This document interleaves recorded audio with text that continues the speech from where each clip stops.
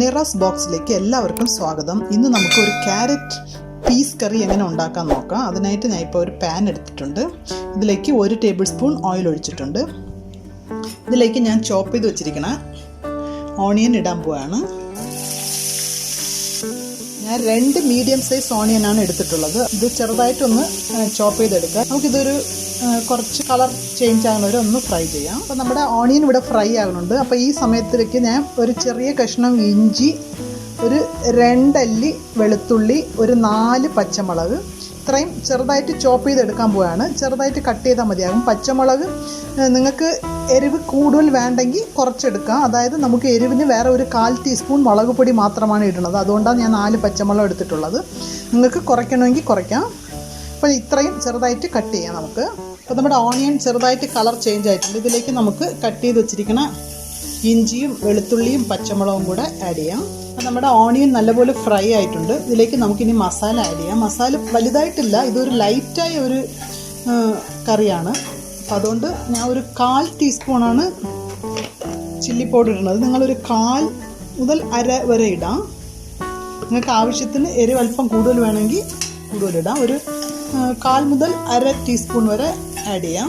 ഇനി ഇതിലേക്ക് ഒരു 1/4 ടീസ്പൂൺ മല്ലിപ്പൊടി ഇടുന്നുണ്ട്. ഫ്ലെയിം നല്ല കുറച്ച് വയ്ക്കുക, അല്ലെങ്കിൽ ഓഫ് ചെയ്തിട്ട് വേണം മസാല ആഡ് ചെയ്യേണ്ടത്. 1/4 ടീസ്പൂൺ മല്ലിപ്പൊടി ഇടാം.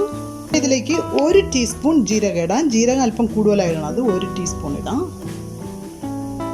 എല്ലാം ഒന്ന് മിക്സ് ചെയ്യാം. അപ്പോൾ ഈ മസാലയുടെ ഒരു പച്ച സ്മെൽ പോയിട്ടുണ്ട്. ഇതിലേക്ക് ഞാൻ ഇപ്പോൾ ഒരു ടൊമാറ്റോ, ഒരു മീഡിയം സൈസ് ടൊമാറ്റോ ചെറുതായിട്ട് ചോപ്പ് ചെയ്ത് വെച്ചിട്ടുണ്ട്, അതുകൂടെ ആഡ് ചെയ്യണം.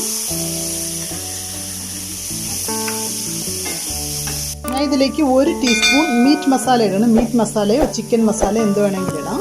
അതില്ലെങ്കിൽ സ്കിപ്പ് ചെയ്ത് വെക്കാം, കുഴപ്പമില്ല. എല്ലാം ഒന്ന് നല്ലപോലെ ആ ടൊമാറ്റോയിൽ ഒന്ന് കുഴഞ്ഞു വരട്ടെ.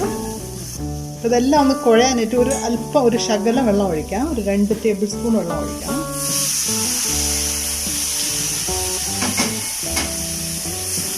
എല്ലാം നല്ല മസാല കുഴയുന്നത് ഒന്ന് കുക്ക് ചെയ്യാം. ഇടയ്ക്ക് അടച്ച് വെച്ച് കുക്ക് ചെയ്യുകയാണെങ്കിൽ എളുപ്പത്തിലാകും. അപ്പം നമ്മുടെ മസാലകളൊക്കെ ഒരുവിധം ആയിട്ടുണ്ട്. നമുക്കിതൊന്ന് ലൈറ്റായിട്ടൊന്ന് പ്രസ് ചെയ്ത് വിടാം കുക്കായിട്ട്. അതായത് നമുക്ക് ആ ഗ്രേവി കുറച്ച് തിക്കാകാൻ വേണ്ടിയിട്ടാണ്. അപ്പം നമ്മുടെ പീസ് ഞാൻ ഇവിടെ കുക്ക് ചെയ്ത് വെച്ചിട്ടുണ്ട്. ഗ്രീൻ പീസ് ഒരു 1/2 കപ്പ് ഗ്രീൻ പീസ് എടുത്താണ് കുക്ക് ചെയ്ത് വെച്ചിട്ടുള്ളത്.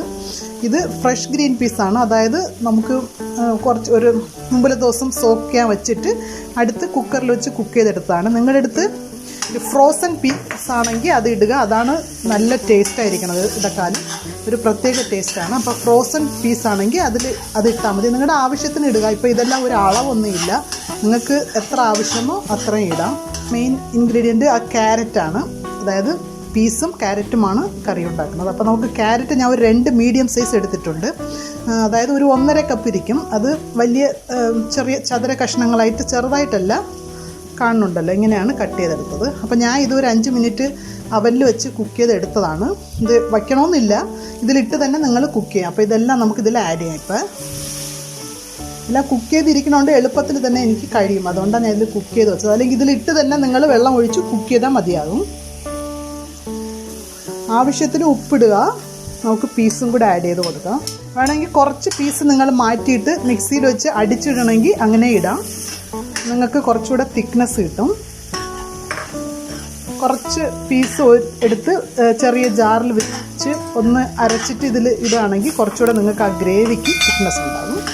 ഇതെല്ലാം ഒന്ന് നല്ലപോലെ ഒന്ന് മിക്സായിട്ട് കുറച്ചുകൂടെ വെള്ളം ഒഴിക്കാം. നമുക്ക് കുറച്ച് ചൂടുവെള്ളം ഒഴിക്കുമ്പോൾ മസാലയിൽ ഇതെല്ലാം ഒന്ന് മിക്സായത് കഴിഞ്ഞിട്ട് നമുക്ക് ചൂടുവെള്ളം ഒഴിക്കാം. ഇപ്പോൾ ഏകദേശം ആയിട്ടുണ്ട്. നിങ്ങൾ ഉപ്പൊക്കെ നോക്കുക. നിങ്ങൾക്ക് ഇങ്ങനെ വേണമെങ്കിൽ ഇങ്ങനെ എടുക്കാം. ഞാൻ ഇപ്പോൾ കുറച്ച് ലൂസായിട്ടാണ് എടുക്കാൻ പോകുന്നത്. എല്ലാം സെറ്റായിട്ടുണ്ട് നല്ലപോലെ. അപ്പോൾ ഞങ്ങളുടെ മനേറാസ് ബോക്സ് ചാനൽ സബ്സ്ക്രൈബ് ചെയ്യാത്തവർ മനേറാസ് ബോക്സിൻ്റെ സൈഡിൽ റെഡ് കളറിൽ സബ്സ്ക്രൈബ് ബട്ടൺ ഉണ്ട്. അതൊന്ന് ക്ലിക്ക് ചെയ്താൽ ബെൽ ബട്ടൺ വരും. അതുകൂടെ ഒന്ന് ക്ലിക്ക് ചെയ്താൽ ഓൾ എന്ന് പറയുന്ന ഓപ്ഷൻ വരും. അതുകൂടെ ക്ലിക്ക് ചെയ്താൽ മാത്രമേ ഞങ്ങളുടെ നോട്ടിഫിക്കേഷൻസ് നിങ്ങൾക്ക് കറക്റ്റായിട്ട് കിട്ടണതായിരിക്കും. അങ്ങനെ നോട്ടിഫിക്കേഷൻസ് കിട്ടിയില്ലെങ്കിൽ ഞാൻ ആൾട്ടർനേറ്റ് ഡേയ്സിൽ വീഡിയോസ് ഇടുന്നുണ്ട്. നിങ്ങളൊന്ന് ഞങ്ങളുടെ ചാനൽ ചെക്ക് ചെയ്യുക. അപ്പോൾ സബ്സ്ക്രൈബ് ചെയ്യാത്ത എല്ലാവരും സബ്സ്ക്രൈബ് ചെയ്യാം. കുറച്ച് ലൂസായിട്ട് വേണം, അതുകൊണ്ട് ഞാൻ കുറച്ച് ഹോട്ട് വാട്ടർ ഒഴിക്കുകയാണ്. ഈ ഗ്രേവിക്ക് ഒരു തിക്നെസ്സിന് വേണ്ടി ഞാൻ 1 ടേബിൾ സ്പൂൺ അതിൽ നിന്ന് ഗ്രീൻ പീസ് എടുത്ത് അരച്ച് വെച്ചിട്ടുണ്ട്.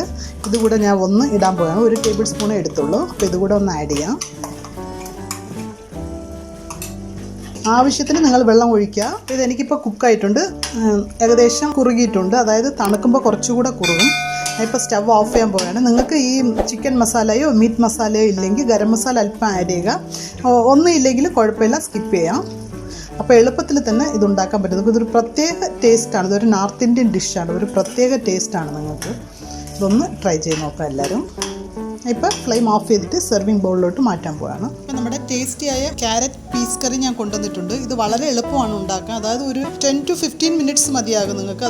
കൂടുതൽ നമുക്ക് മസാലകളൊന്നും ഇട്ട് അങ്ങ് വഴറ്റേണ്ട ആവശ്യമില്ല. ഓണിയനൊക്കെ ഇപ്പം നല്ലപോലെ എണ്ണ തെളിയണ വരെ വഴറ്റണം, അങ്ങനെയൊക്കെ ഉള്ള പ്രശ്നമില്ലാത്തതുകൊണ്ട് നമുക്ക് എളുപ്പത്തിൽ തന്നെ ഇത് ഉണ്ടാക്കി കിട്ടും. പിന്നെ ഒരു ഡിഫറെൻറ്റ് ടേസ്റ്റുമാണ്. നിങ്ങളെല്ലാവരും ട്രൈ ചെയ്ത് നോക്കുക. നിങ്ങളുടെ ഫ്രണ്ട്സിനൊക്കെ ഷെയർ ചെയ്യുക. ഞങ്ങളുടെ ചാനൽ സബ്സ്ക്രൈബ് ചെയ്യാത്തവർ സബ്സ്ക്രൈബ് ചെയ്യുക, ലൈക്ക് ചെയ്യുക. Thank you.